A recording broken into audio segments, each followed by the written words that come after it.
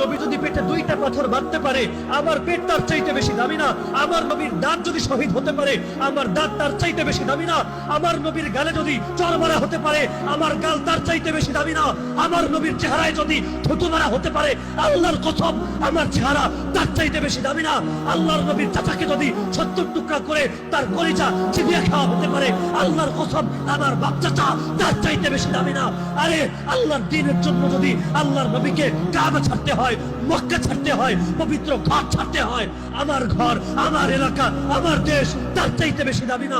আমার মসজিদ, আমার মাদ্রাসা, আমার খানকা তার চাইতে বেশি না? আরে প্রয়োজনে দুনিয়ার সব ছাড়বো, প্রয়োজনে নিজে শহীদ হব, প্রয়োজনে আমার স্ত্রী বিধবা হবে, আমার সন্তান এতিম হবে, আমার বাপের কোল খালি হবে, আমার মায়ের চোখ থেকে অশ্রু ঝরবে, কিন্তু আল্লাহকে সাক্ষী রেখে আজকে বলে যাবেন, হে আল্লাহ, যে কোনো মূল্যে তোমার জমিনে তোমার দিনকে বুলন্দিত হতে দেব না।